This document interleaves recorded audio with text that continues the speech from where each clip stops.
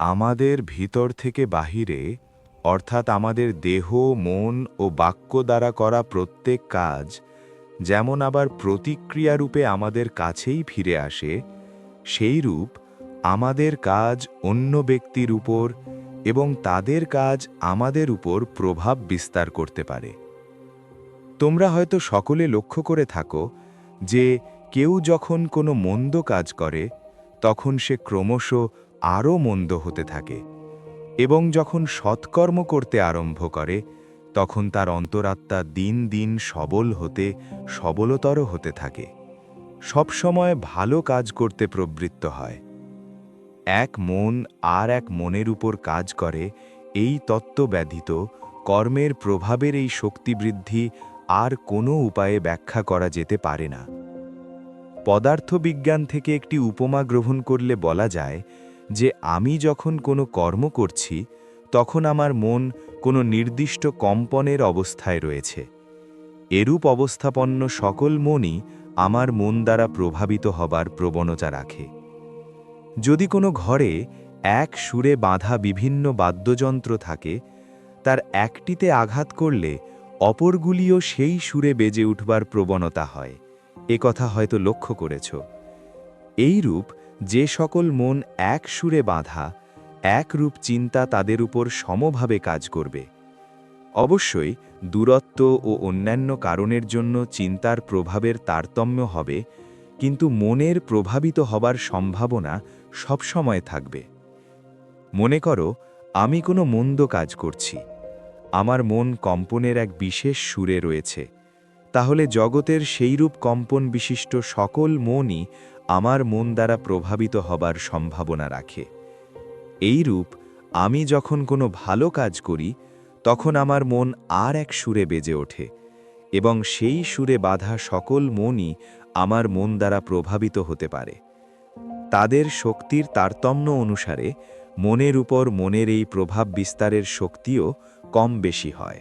এই উপমাটি নিয়ে আরও একটু এগিয়ে গেলে বোঝা যাবে যে আলোর তরঙ্গগুলি যেমন কোনো বস্তুতে প্রতিহত হওয়ার আগে লক্ষ লক্ষ বছর শূন্য মাধ্যমে ভ্রমণ করতে পারে, এই চিন্তার তরঙ্গগুলিও ততদিন না সমভাবে স্পন্দিত হওয়ার মতো একটি বস্তু লাভ করে, ততদিন হয়তো শত শত বছর ঘুরতে থাকবে।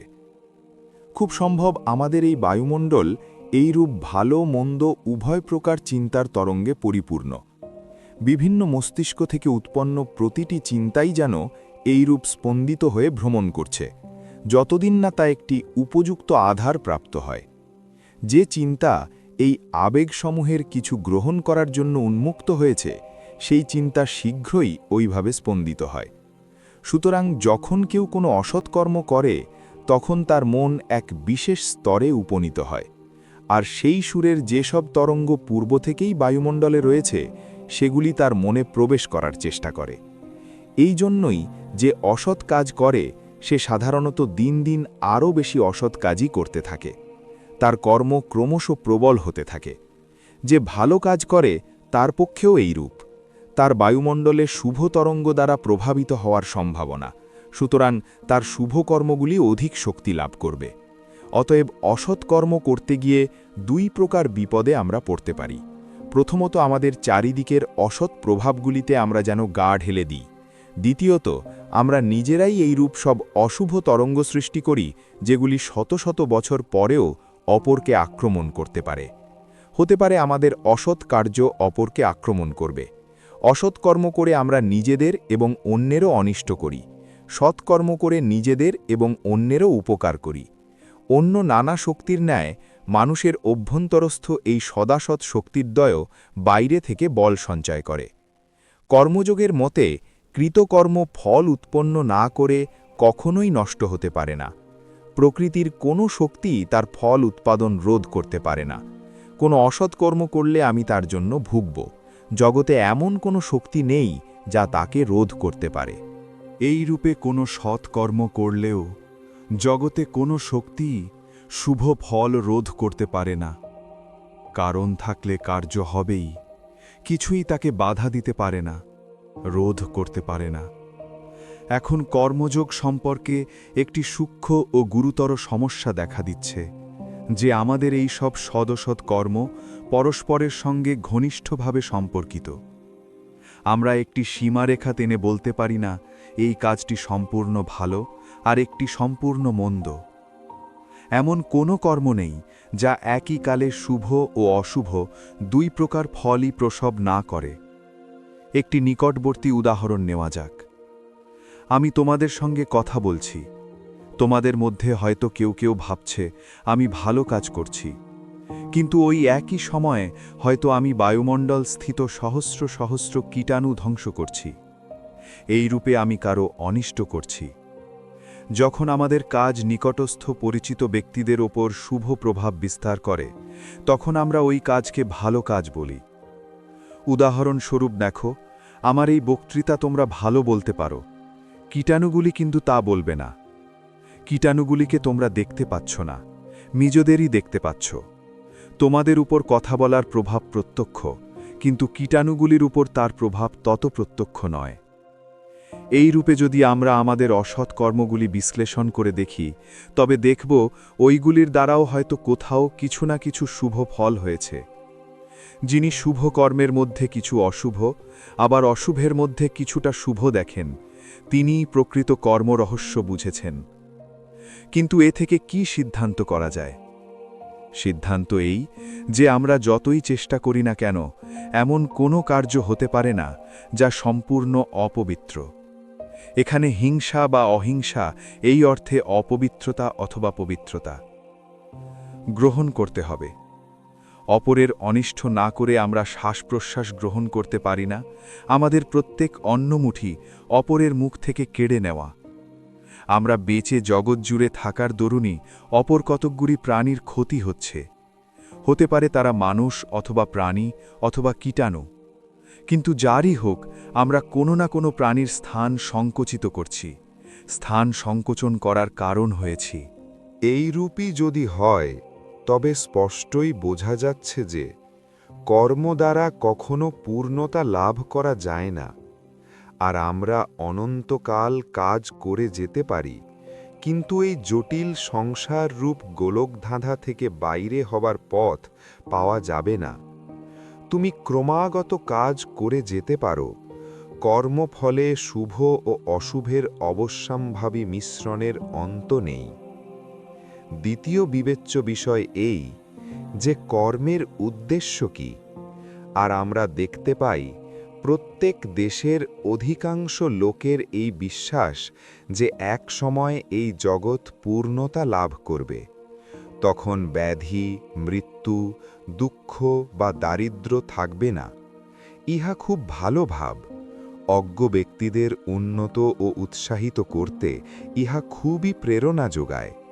কিন্তু যদি আমরা এক মুহূর্ত চিন্তা করি, তাহলে স্পষ্টই দেখব এরূপ কখনো হতে পারে না। কি রূপে ইহা হতে পারে? ভালো মন্দ যে একই মুদ্রার এপিঠ ওপিঠ। মন্দকে ছাড়িয়া ভালো কি রূপে পাওয়া যায়? পূর্ণতার অর্থ কি? পরিপূর্ণ জীবন একটি স্ববিরোধী বাক্য। প্রত্যেকটি বাহিরের বস্তুর সহিত আমাদের নিয়ত সংগ্রামের অবস্থাই জীবন। প্রতি মুহূর্তে আমরা বহিঃপ্রকৃতির সহিত সংগ্রাম করছি। যদি আমরা ইহাতে পরাস্ত হই, আমাদের জীবন ধ্বংস হয়ে যাবে। আহার ও বায়ুর জন্য প্রতিনিয়ত চেষ্টা, এই তো জীবন। আহার বা বায়ু না পেলেই আমাদের মৃত্যু। জীবন একটি সহজ ও স্বাচ্ছন্দ্য ব্যাপার নয়, উহা রীতিমতো একটি জটিল ব্যাপার। এই বহির্জগৎ ও অন্তর্জগতের মধ্যে যে জটিল সংগ্রাম, তাহাকেই আমরা জীবন বলি। অতএব স্পষ্টই দেখা যাচ্ছে এই সংগ্রাম শেষ হলে জীবনও শেষ হবে। আদর্শ সুখ বলিতে বোঝায় এই সংগ্রামের সমাপ্তি, কিন্তু তাহলে জীবনও শেষ হবে, কারণ সংগ্রাম তখনই শেষ হতে পারে যখন জীবনের শেষ। এই অবস্থার সহস্র ভাগের এক ভাগ উপস্থিত হইবার পূর্বেই এ পৃথিবী শীতল হয়ে যাবে, তখন আমরা থাকব না। অতএব অন্যত্র হয় হোক, এই পৃথিবীতে এই সত্যযুগ, এই আদর্শ যুগ কখনোই আসিতে পারে না। আমরা পূর্বেই দেখেছি জগতের উপকার করতে গিয়ে প্রকৃতপক্ষে আমরা নিজেদেরই উপকার করে থাকি। অপরের জন্য আমরা যে কাজ করি তার প্রধান ফল হল আমাদের চিত্তশুদ্ধি। সবসময় অপরের কল্যাণ চিন্তা করতে করতে আমরা নিজেদের ভুলতে শিখি। এই আত্মবিস্মৃতি আমাদের জীবনের একটি প্রধান শিক্ষার বিষয়। মানুষ মূর্খের মতো মনে করে স্বার্থপর উপায়ে সে নিজেকে সুখী করতে পারে। দীর্ঘকাল চেষ্টা করার পর সে শেষে বুঝতে পারে প্রকৃত সুখ স্বার্থপরতার নাশে, এবং সে নিজে ছাড়া অন্য কেউ তাকে সুখী করতে পারে না। পরোপকারমূলক প্রত্যেক কাজ, সহানুভূতিপূর্ণ প্রত্যেক চিন্তা, আমরা অপরকে যতটুকু সাহায্য করি, এই প্রতিটি সৎকর্ম আমাদের ক্ষুদ্র আমি ভাবকে কমিয়ে দেয় এবং আমাদের ভাবতে শেখায় যে আমরা অত্যন্ত সামান্য। সুতরাং এগুলোই সত্য সৎকর্ম। এখানেই দেখা যায় জ্ঞান, ভক্তি ও কর্ম একভাবেই মিলিত হয়েছে। সর্বোচ্চ আদর্শ হল অনন্তকালের জন্য পূর্ণ আত্মত্যাগ, যেখানে কোনো আমি নেই, সবই তুমি। জেনে বা না জেনে কর্মযোগ মানুষকে সেই লক্ষ্যেই নিয়ে যায়। কোনো ধর্মপ্রচারক নির্গুণ, ব্যক্তিত্বহীন ঈশ্বরের কথা শুনে ভয় পেতে পারেন। তিনি সগুণ ঈশ্বরের উপর জোর দিতে পারেন এবং নিজের ব্যক্তিত্ব ও স্বাতন্ত্র্য অক্ষুণ্ণ রাখতে চাইতে পারেন। কিন্তু তিনি যে নৈতিক আদর্শ গ্রহণ করেছেন, যদি তা সত্যিই উত্তম হয়, তবে তা সর্বোচ্চ আত্মত্যাগ ব্যতীত অন্য কোনো ভিত্তির উপর প্রতিষ্ঠিত হতে পারে না। এটাই সমস্ত নীতির ভিত্তি। এই ভাব মানুষ, পশু বা দেবতা সর্বত্র সমভাবে একমাত্র মাপকাঠি হিসেবে প্রয়োগ করা যায়। এই আত্মত্যাগই সমস্ত নীতি প্রণালীর মধ্যে অনুসৃত একমাত্র মূল তত্ত্ব। এটাই প্রধান ভাব। এই জগতে অনেক প্রকারের মানুষ দেখতে পাওয়া যায়। প্রথমত, দেব প্রকৃতির মানুষ। ইহারা সম্পূর্ণ আত্মত্যাগী, নিজেদের প্রাণ পর্যন্ত উৎসর্গ করে পরের উপকার করেন। ইহারাই শ্রেষ্ঠ মানুষ। যদি কোনো দেশে এইরূপ 100 মানুষ থাকেন, সেই দেশের কখনো হতাশ হওয়ার কোনো কারণ থাকে না। কিন্তু দুর্ভাগ্যবশত তাদের সংখ্যা খুব কম। তারপর আছেন সৎ বা সাধু ব্যক্তিগণ।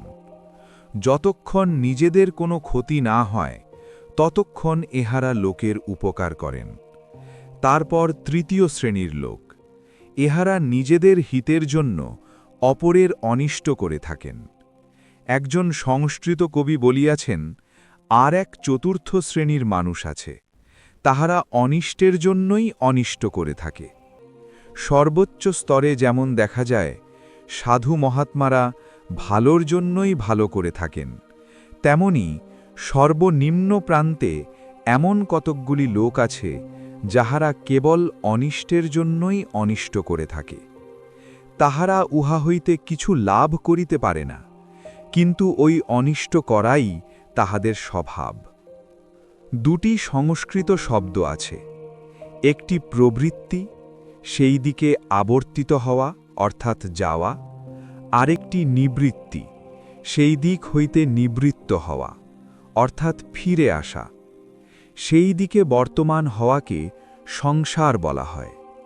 এই আমি আমার, যাহা কিছু এই আমিকে টাকা, কড়ি, ক্ষমতা, নাম, যশ দ্বারা সর্বদা সমৃদ্ধ করিতেছে, এইগুলি সব প্রবৃত্তির অন্তর্ভুক্ত। এই প্রবৃত্তির প্রকৃতি সব কিছু আঁকড়াইয়া ধরা, সর্বদা সব জিনিস এই আমি রূপ কেন্দ্রে জড়ো করা। ইহাই প্রবৃত্তি, ইহাই মনুষ্যমাত্রের স্বাভাবিক প্রবণতা। চারিদিক হইতে যাহা কিছু সব গ্রহণ করা এবং এক কেন্দ্রের চারিদিকে জড়ো করা। সেই কেন্দ্র তার নিজের মধুর আমি। যখন এই প্রবণতা ভাঙিতে থাকে, যখন নিবৃত্তি বা সেই দিক হইতে চলিয়া যাওয়ার ভাব আসে, তখনই নীতি এবং ধর্ম আরম্ভ হয়। প্রবৃত্তি ও নিবৃত্তি উভয়ই কর্ম। প্রথমটি অসৎ কর্ম, দ্বিতীয়টি সৎ কর্ম। এই নিবৃত্তি সকল নীতি এবং ধর্মের মূল ভিত্তি। উহার পূর্ণতাই সম্পূর্ণ আত্মত্যাগ, পরের জন্য মন, শরীর, এমনকি সর্বস্ব ত্যাগ করিতে সর্বদা প্রস্তুত থাকা। যখন এই অবস্থা লাভ হয়, তখনই মানুষ কর্মযোগে সিদ্ধি লাভ করে। সৎকর্মের ইহাই শ্রেষ্ঠ ফল। এক ব্যক্তি সমগ্র জীবনে একটি দর্শনশাস্ত্র পাক করেন নাই। তিনি হয়তো কখনো কোনো রূপ ঈশ্বরে বিশ্বাস করেন নাই এবং এখনও করেন না। তিনি হয়তো সারা জীবনে একবারও ঈশ্বরের নিকট প্রার্থনা করেন নাই। কিন্তু যদি কেবল সৎ কর্মের শক্তি তাকে এমন অবস্থায় নিয়ে যায় যেখানে তিনি পরার্থে তাহার জীবন এবং যাহা কিছু সব ত্যাগ করিতে উদ্যত হন, তাহা হইলে বুঝিতে হইবে জ্ঞানী জ্ঞানের দ্বারা এবং ভক্ত উপাসনার দ্বারা যে অবস্থায় উপনীত হইয়াছেন, তিনিও সেখানেই পৌঁছেছেন। সুতরাং দেখি, জ্ঞানী, কর্মী ও ভক্ত সকলে একই স্থানে উপনীত হলেন, মিলিত হলেন। এই এক স্থান আত্মত্যাগ। মানুষে মানুষে দার্শনিক মত ও ধর্ম বিষয়ক পদ্ধতি যতই ভিন্ন হোক না কেন, পরার্থে আত্মবিসর্জন করতে প্রস্তুত ব্যক্তির সামনে সমগ্র মানবজাতি সম্মান ও ভক্তি সহকারে দণ্ডায়মান হয়। এখানে কোনো প্রকার মতবিশ্বাসের প্রশ্নই ওঠে না। এমনকি যাহারা সর্বপ্রকার ধর্মভাবের বিরোধী, তাহারাও যখন এইরূপ সম্পূর্ণ আত্মবিসর্জনের কোনো কাজ দেখে, তখন অনুভব করে এ কাজকে শ্রদ্ধা করতেই হবে। তোমরা কি দেখোনি, খুব গোড়া খ্রিস্টানও যখন এডউইন আর্নল্ডের এশিয়ার আলো, লাইট অফ এশিয়া পাঠ করেন, তখন তিনিও বুদ্ধের প্রতি কেমন শ্রদ্ধা সম্পন্ন হন, যে বুদ্ধ ঈশ্বরের কথা বলেননি, আত্মত্যাগ ব্যতীত আর কিছুই প্রচার করেননি। ধর্মান্ধ ব্যক্তি শুধু জানে না যে তাহার ও যাহাদের সহিত তাহার মতবিরোধ, তাহাদের জীবনের লক্ষ্য ও উদ্দেশ্য একই। উপাসক ভক্ত মনে সর্বদা ঈশ্বরের ভাব এবং চারিদিকে শুভ পরিবেশ রক্ষা করিয়া অবশেষে সেই একই স্থানে উপনীত হন এবং বলেন, তোমার ইচ্ছা পূর্ণ হোক। তিনি নিজের জন্য কিছুই রাখেন না। ইহাই আত্মত্যাগ।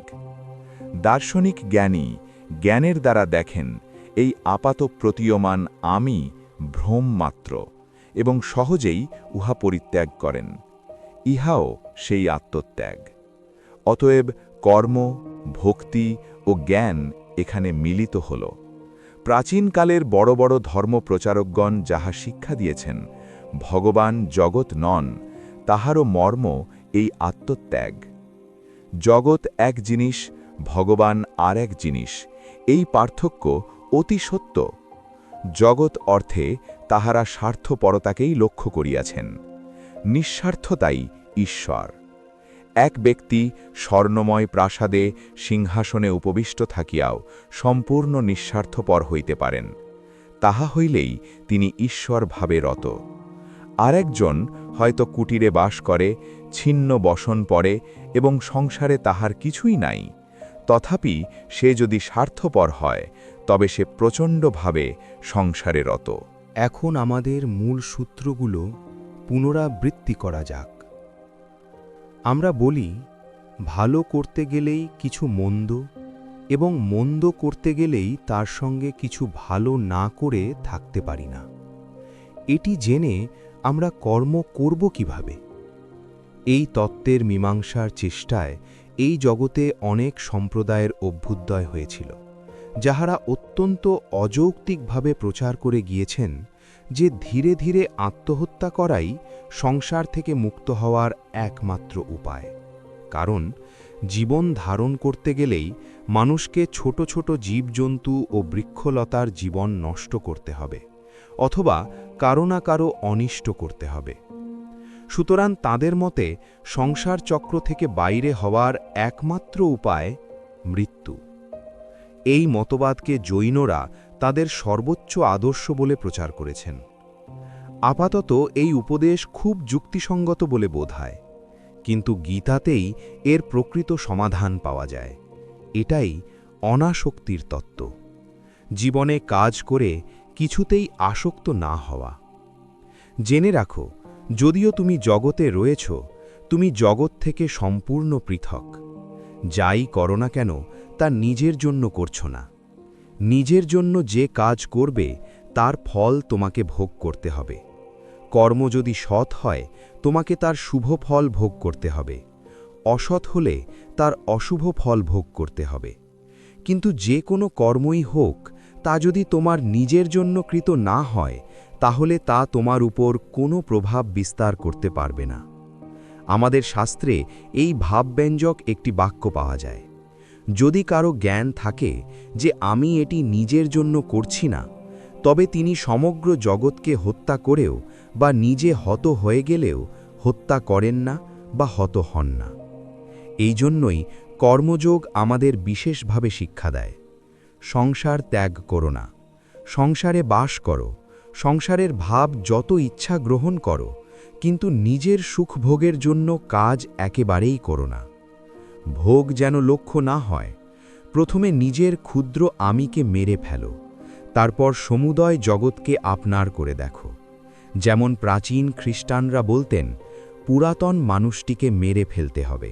পুরাতন মানুষ শব্দের অর্থ জগৎ আমাদের ভোগের জন্য নির্মিত হয়েছে, এই স্বার্থপর ভাব। অজ্ঞ পিতামাতারা তাদের সন্তানদের প্রার্থনা করতে শেখান, হে প্রভু, তুমি এই সূর্য শুধু আমার জন্য সৃষ্টি করেছ। প্রভুর যেন এই সব শিশুর জন্য যাবতীয় পদার্থ সৃষ্টি করা ছাড়া আর কোনো কাজ ছিল না। এটা শুধু আমাদের কামনারূপ অগ্নিতে ঘৃত নিক্ষেপ করা। সন্তানদের এমন বাজে কথা শেখিও না। তারপর একদল লোক আছেন, তারা আবার আরেক ধরনের নির্বোধ। তারা আমাদের শিক্ষা দেন, আমরা মেরে খাই বলেই এই সব জীবজন্তু সৃষ্টি হয়েছে, আর এই জগৎ মানুষের ভোগের জন্য। এও প্রচণ্ড নির্বুদ্ধিতা।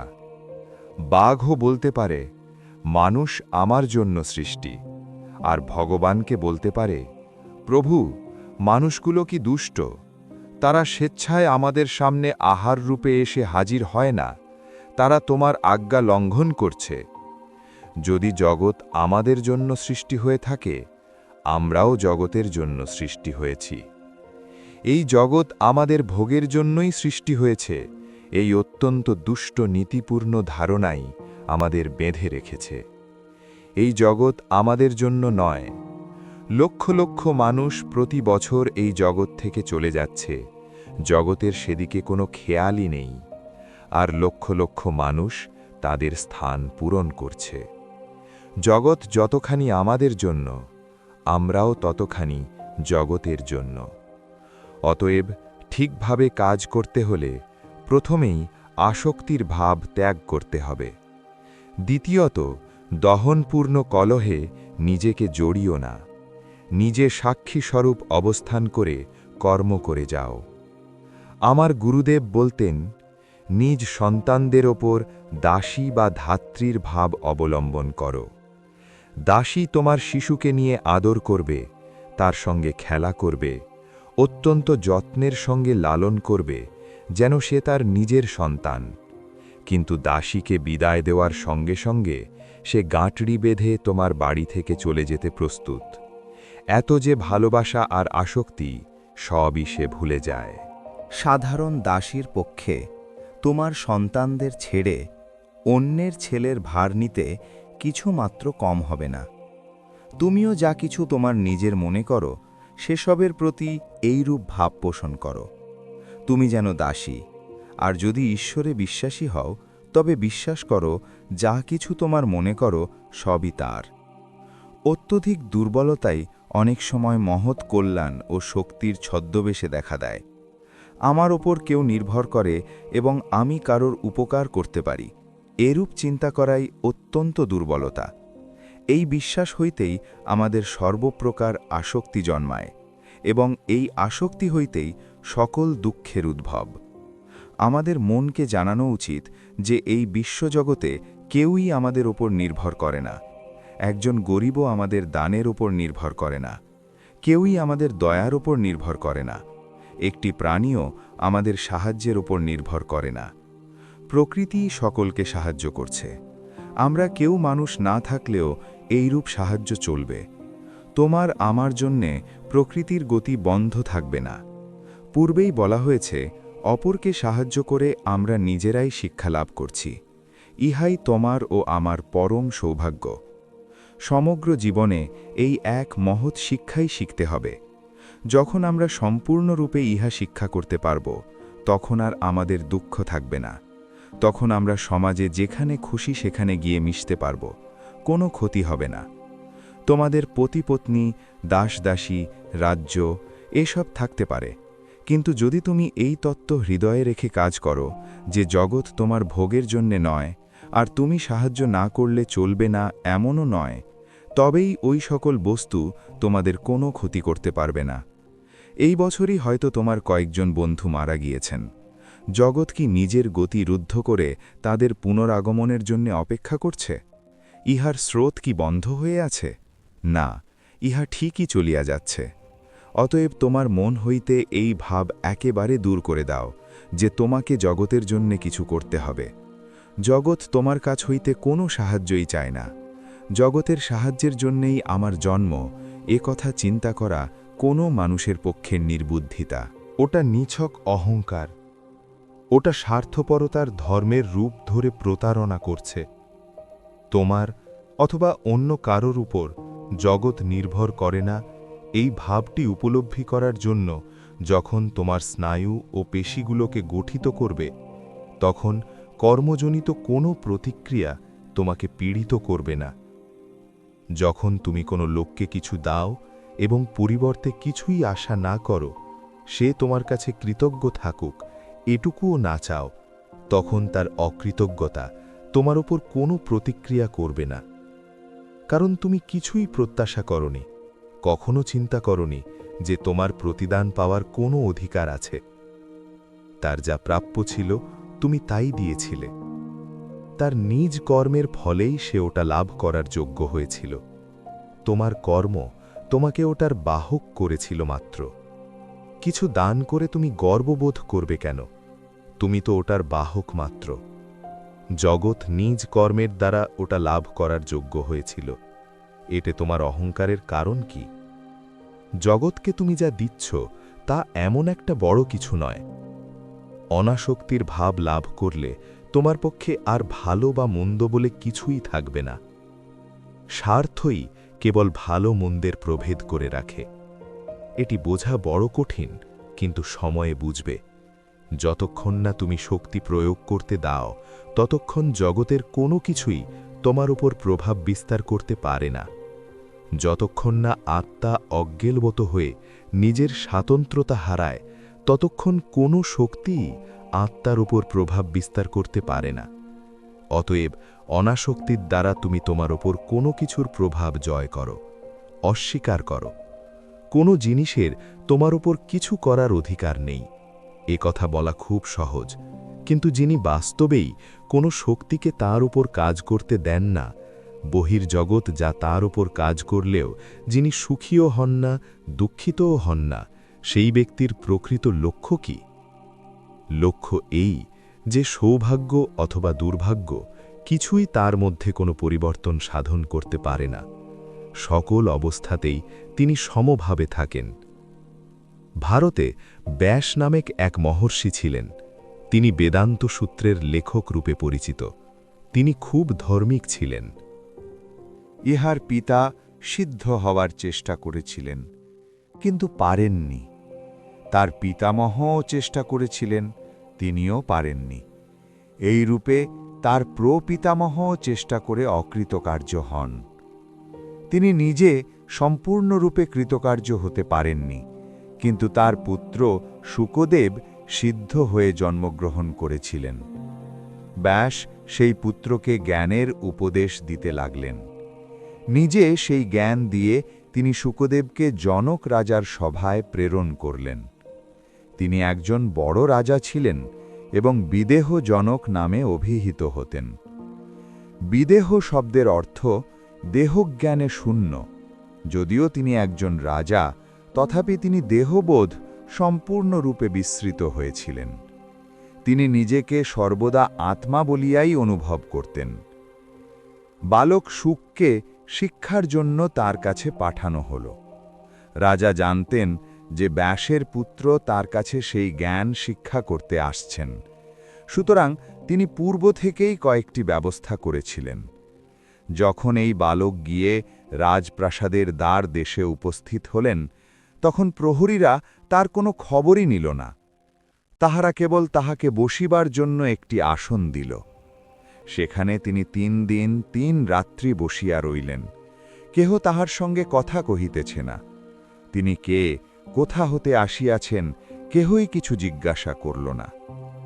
তিনি এত বড় একজন ঋষির পুত্র, তার পিতা সমগ্র দেশে সম্মানিত, তিনি নিজেও একজন মাননীয় ব্যক্তি, তথাপি সামান্য প্রহরীরাও তার দিকে ভ্রুক্ষেপ করিতেছে না। অতঃপর সহসা রাজার মন্ত্রীরা এবং বড় বড় কর্মচারীরা এসে তাহাকে অত্যন্ত সম্মানের সহিত অভ্যর্থনা করলেন।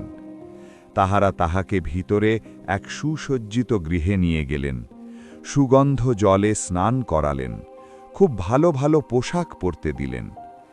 8 দিন ধরে তাহাকে সর্বপ্রকার বিলাসের মধ্যে রাখিয়া দিলেন। কিন্তু এই ব্যবহারের পরিবর্তনে সূতকের শান্ত গম্ভীর মুখে এটুকু পরিবর্তন ঘটল না।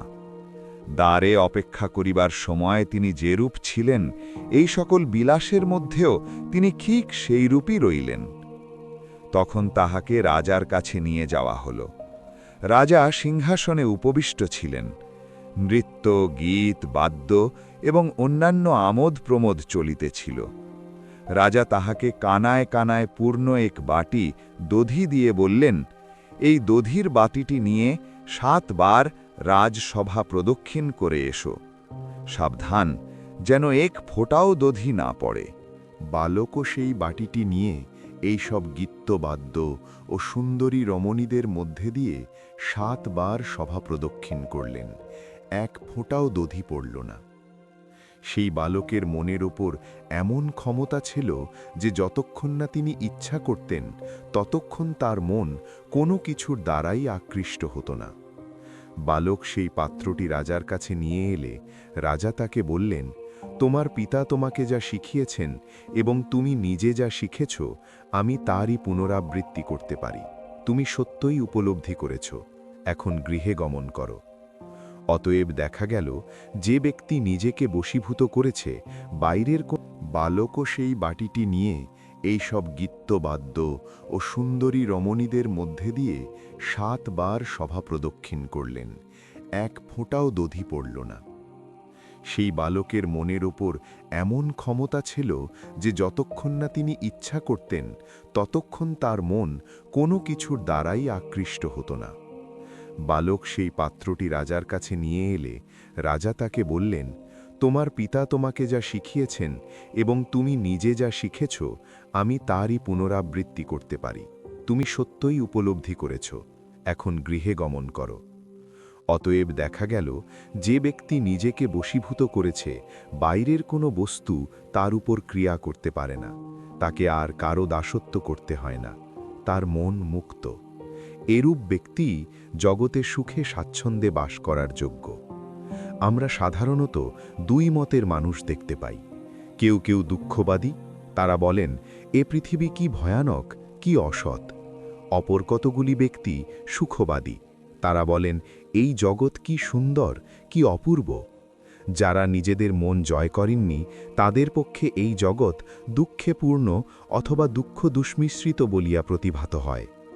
আমরা যখন আমাদের মনকে বশীভূত করতে পারব, তখন এই সংসার আবার সুখের বলিয়া মনে হবে।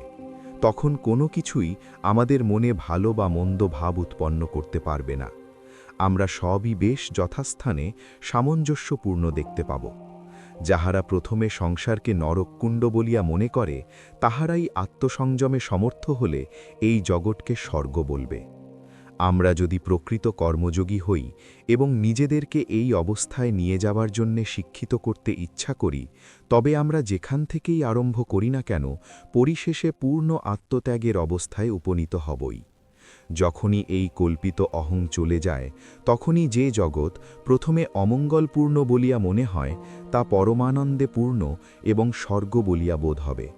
এর হাওয়া পর্যন্ত শান্তিতে পূর্ণ হয়ে যাবে। প্রত্যেক মানুষের মুখচ্ছবি ভালো বলিয়া বোধ হবে। ইহাই কর্মযোগের চরম গতি ও উদ্দেশ্য, এবং ইহাই কর্মজীবনে পূর্ণতা বা সিদ্ধি। অতএব দেখা যাচ্ছে এই ভিন্ন ভিন্ন যোগ পরস্পর বিরোধী নয়।